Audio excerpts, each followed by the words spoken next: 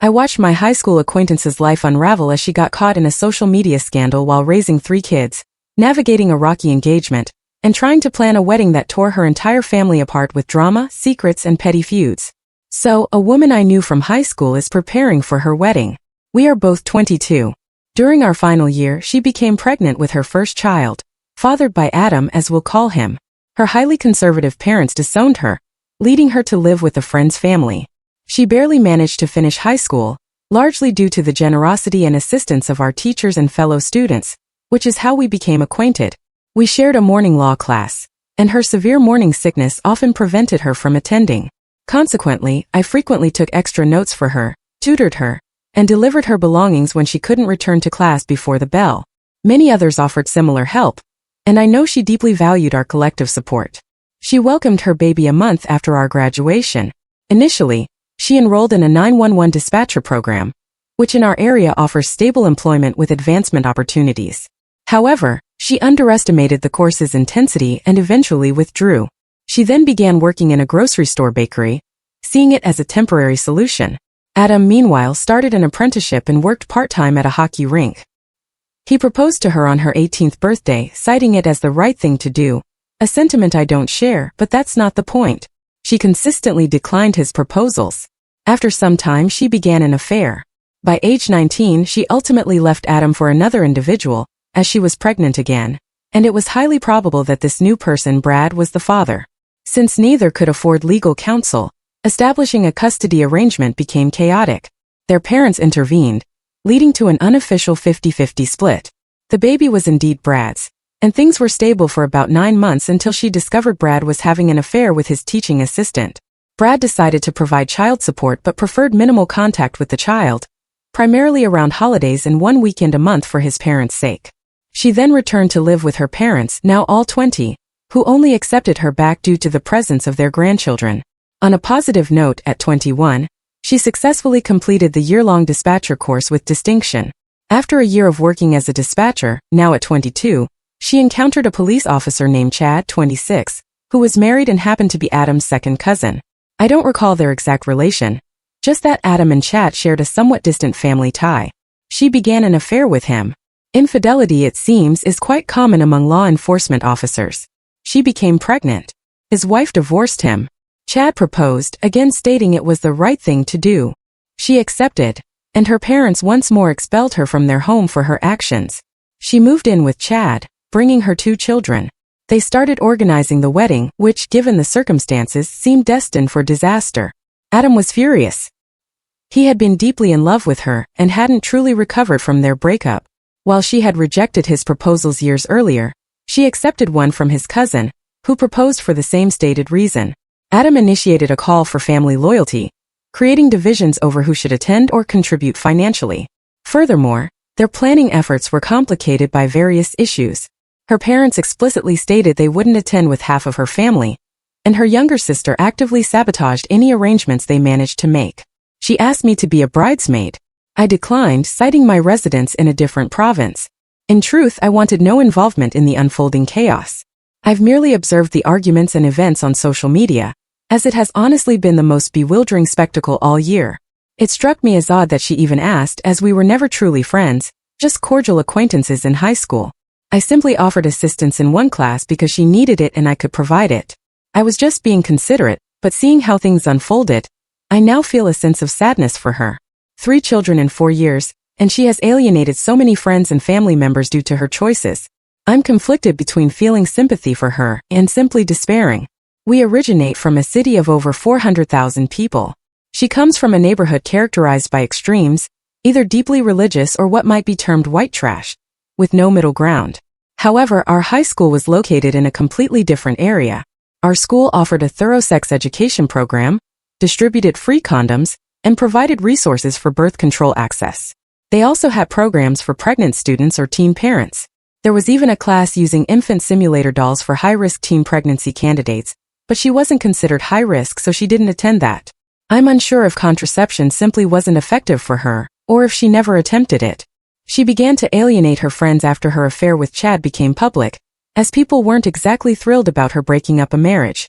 Fortunately, Chad and his ex-wife had no children, which reduced complications. When people weren't immediately enthusiastic for her, she became irritable, rude, and started publicly criticizing on social media anyone who didn't support her new relationship or pregnancy. Frankly, I'm genuinely concerned for her health. Having so many babies in such quick succession is detrimental to both physical and mental well-being. People also worry that Chad might cheat on her, reasoning that if he cheats with you, he'll cheat on you. They believe she should avoid marrying him to retain the option of leaving if it happens. I'll provide updates as they emerge. So far, it's mostly social media shouting, predominantly from her, some relatives shaming her, and individuals genuinely worried because, as amusing as this situation is, it doesn't appear to be healthy behavior. First, I realized I never gave her a name. For clarity, let's call her Beth. I should mention that all names used are pseudonyms. Second, regarding comments that Chad is solely to blame for his marriage ending, I am well aware. It is his ex-wife and her family and friends who place all blame on Beth. Chad is also older and more experienced, so I do think he could potentially be exploiting her inexperience. However, she is an adult capable of making her own choices and has made poor ones in the past. Third, to those upset about me sharing this story, claiming I'm humiliating her. She has been posting about this entire chaotic situation on every social media platform she uses since their engagement in July. She publicized this long before I did, but she did so to her friends, family, employers, coworkers, and random internet users. Fourth, despite their engagement in July and attempts to plan, I was only asked to be a bridesmaid 3 days ago. I knew there was a mess, but I didn't truly pay attention until she asked. I tried to inquire about the situation and suggested she seek support, but when she completely dismissed me, I checked her Facebook and Instagram and discovered all of this. Update 1 from the last entry, December 16th. A lot of angry posts and chaotic wedding planning on social media. She found a dress and decided she would marry while pregnant. They located a lovely local wedding venue, but I'm surprised she's still trying to book things given their previous venue cancellations. December 16th, her younger sister unblocked her to confront her and tell her all her wedding plans were foolish. This ignited a petty and entertaining Facebook dispute until the sister blocked her again on the 17th. December 18th, Beth became furious on social media, claiming Adam had abducted their daughter. What actually happened was that with courts moving slowly due to circumstances, and Adam having reason to believe their daughter was unsafe living with Beth, he simply didn't return her. They lacked a formal custody agreement, and when Beth tried to involve the police, they couldn't act because Adam's concerns had merit. There were numerous videos on her various social media accounts showing her neglecting their daughter, yelling at her for crying, or for typical toddler behavior. It turns out Adam was buying everything the child needed: food, diapers, clothes, toys, and even daycare when it was open, in addition to the unofficial $500 monthly child support he was already paying. I find this amount excessive since Adam was already covering literally everything, as she refused to buy anything for her daughter, insisting it was Adam's responsibility.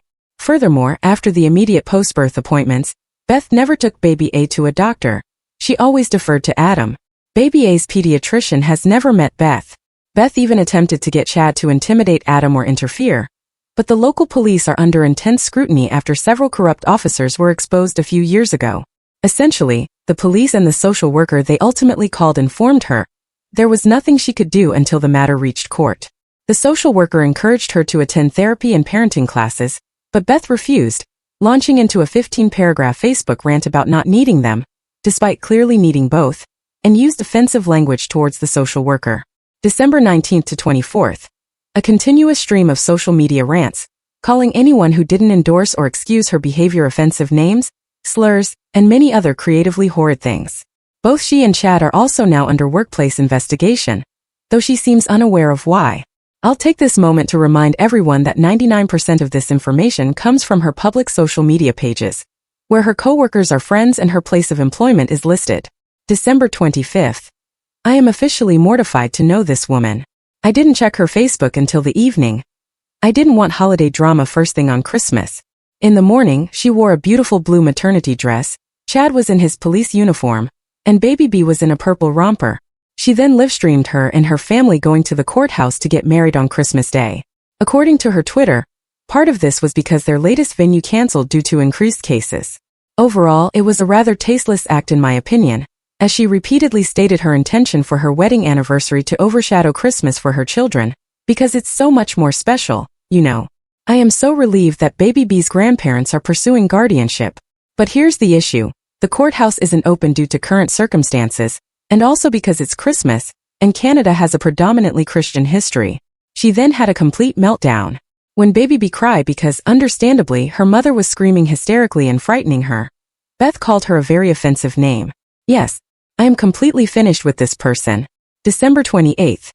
I unexpectedly encountered her at a vaccine clinic. We were both getting our booster shots. She didn't recognize me initially, but an old boss of mine, I used to work at the hospital where the clinic was, called my name and greeted me. So she approached me after my old boss left. We chatted briefly during the mandatory post-shot waiting period. She asked how I was but didn't even wait for my reply before launching into a tirade of complaints about her life. I had planned to simply sit there until the time was up and then politely depart. However, when she started speaking negatively about her children, something within me snapped. I simply asked, "Do you even like your kids? Do you like being a mom?" She fell silent for a moment, then quietly said no. Her voice and demeanor completely transformed, and we sat in silence until our time expired. I said goodbye, but it was incredibly awkward. December 31st, today. I just checked her feed and this is truly a shocking, unbelievable moment. She's contemplating giving up her children. She discussed how she was recently asked if she liked her kids or being a mother and realized she didn't. She claims to dislike her children and blames them for ruining her life, stating she doesn't want to be a mother. Nothing is official yet, but seriously, what is happening? I'll update as things unfold, now that I have the time, but this entire situation has been an utter disaster. Update 2. Beth and Chad stopped posting on all social media. I was actually a little concerned she might have died. I mean, this woman posts everything short of her bathroom trips. Strangely, this prompted people to message or interact with her social media pages, as she was usually the one initiating contact, and that contact typically involved yelling. No one heard from them and some people started questioning if a wellness check was needed, until Chad posted a status saying they were fine but busy. He asked people to stop trying to contact them for now. Everyone complied, but it was peculiar. January 11th.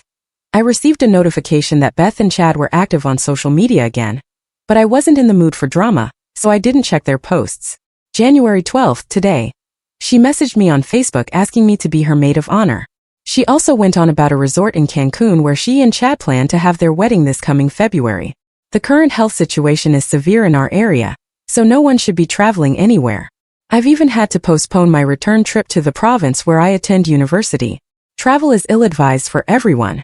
Beth also discovered that Chad was cheating on her with one of her coworkers and publicly accused the woman of being a home wrecker on Facebook, tagging her and posting the text messages she found on Chad's phone.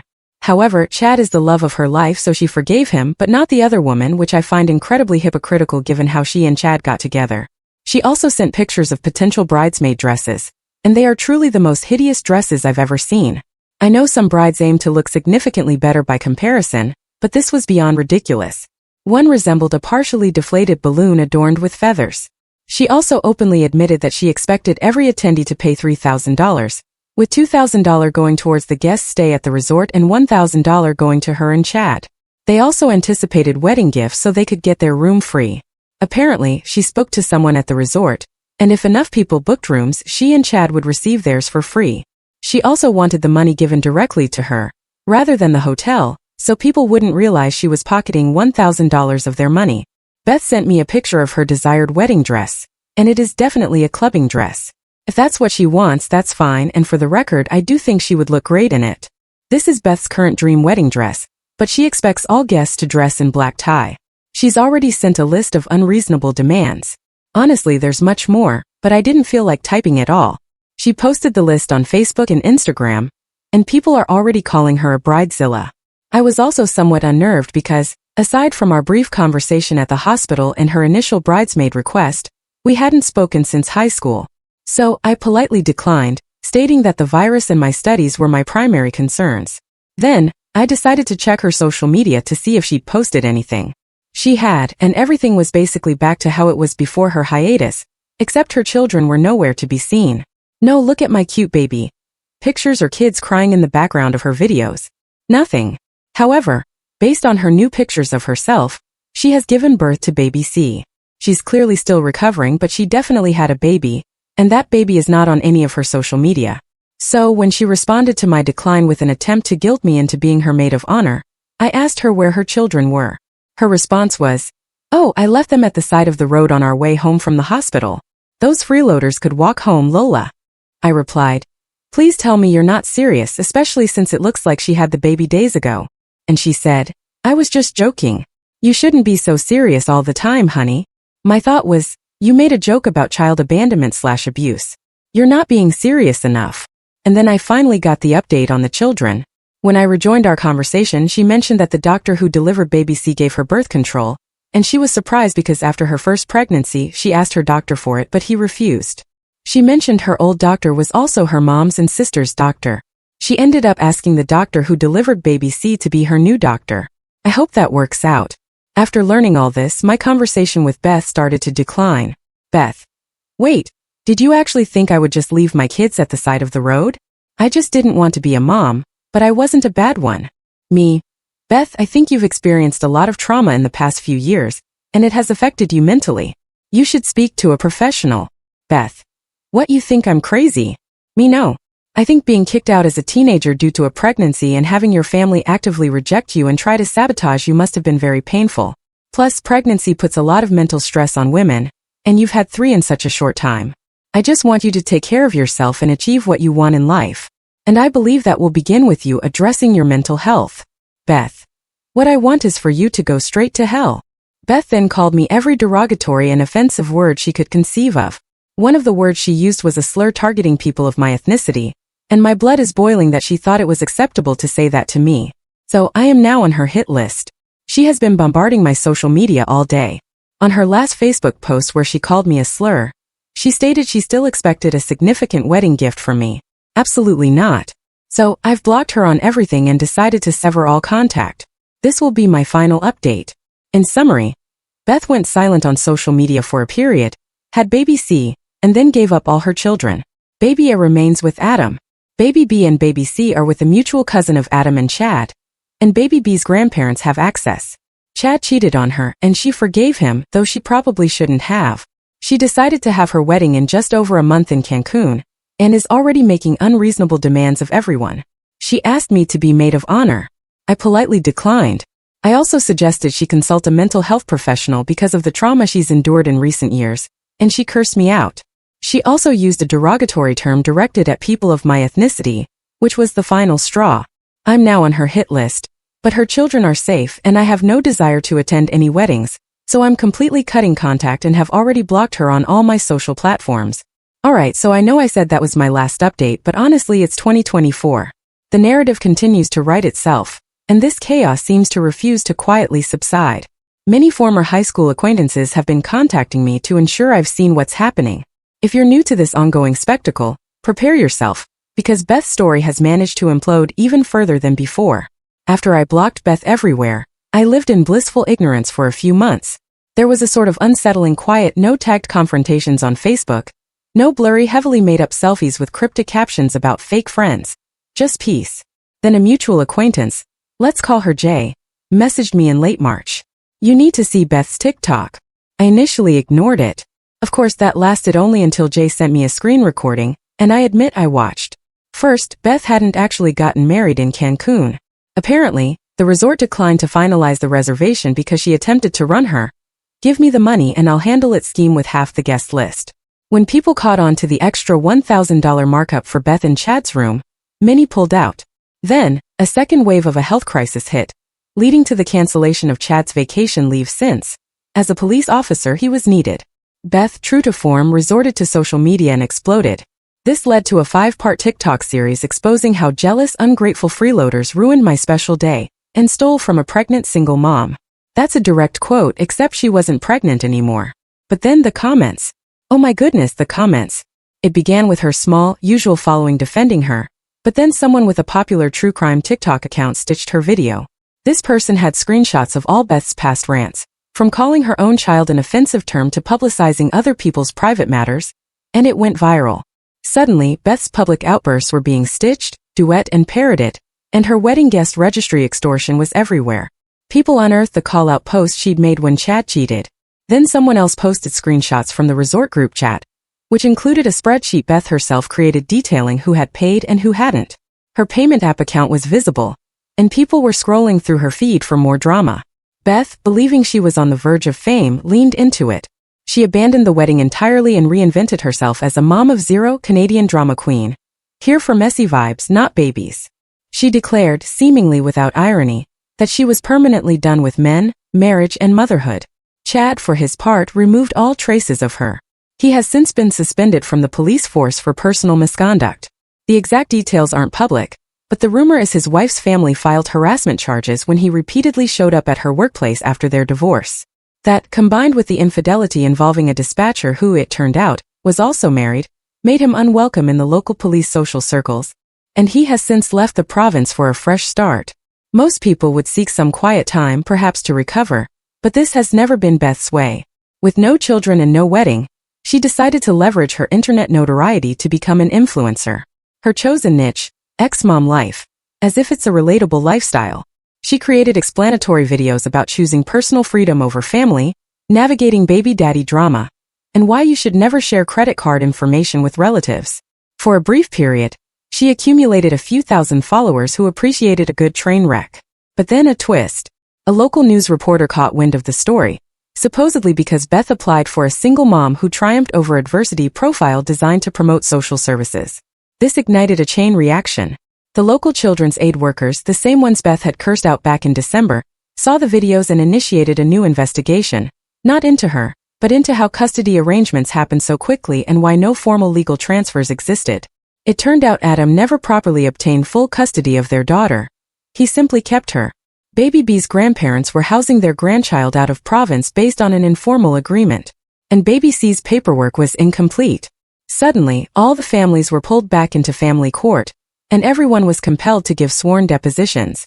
And because the universe enjoys chaos, it leaked to local social media drama groups that Beth was attempting to reapply for the same dispatcher job she was fired from. Except now she's spreading rumors about her own termination, blaming toxic females at work who couldn't handle her outspokenness. Meanwhile, screenshots of her TikToks continue to surface, and more than a few local businesses have started blocking her online. A word to the wise. Don't attempt to be a brand ambassador if you're willing to post screenshots of your unpaid electricity, billed to shame your utility company. The true highlight. Beth attempted an apology tour. Once it became clear none of her original supporters remained, she composed a 5-paragraph apology in her notes app that was almost self-aware. Buried in the second paragraph were phrases like, "I'm trying to heal. I know I made mistakes. Being a mom was never what I thought it would be. And honestly, I'm not sure it's what I was meant for. Sorry to everyone who tried to help. Sorry to the babies I couldn't love." She added, "It's not an excuse, but I'm getting professional help now." Online, no one was convinced. But in real life, people quietly began confirming. Beth did eventually start seeing a counselor, one she hadn't already alienated. I suppose there's a glimmer of hope there, if only because therapy seemed billions of years overdue. And perhaps, just perhaps, when you exhaust all avenues for conflict, you're forced to examine yourself. You'd think this would be the conclusion, but no. Last week she resurfaced again. It turns out she's engaged once more. This time to someone she hadn't mentioned online at all. An older man she met in a Facebook marketplace group who bought her a used iPad in exchange for Instagram consulting. I swear I am not fabricating this.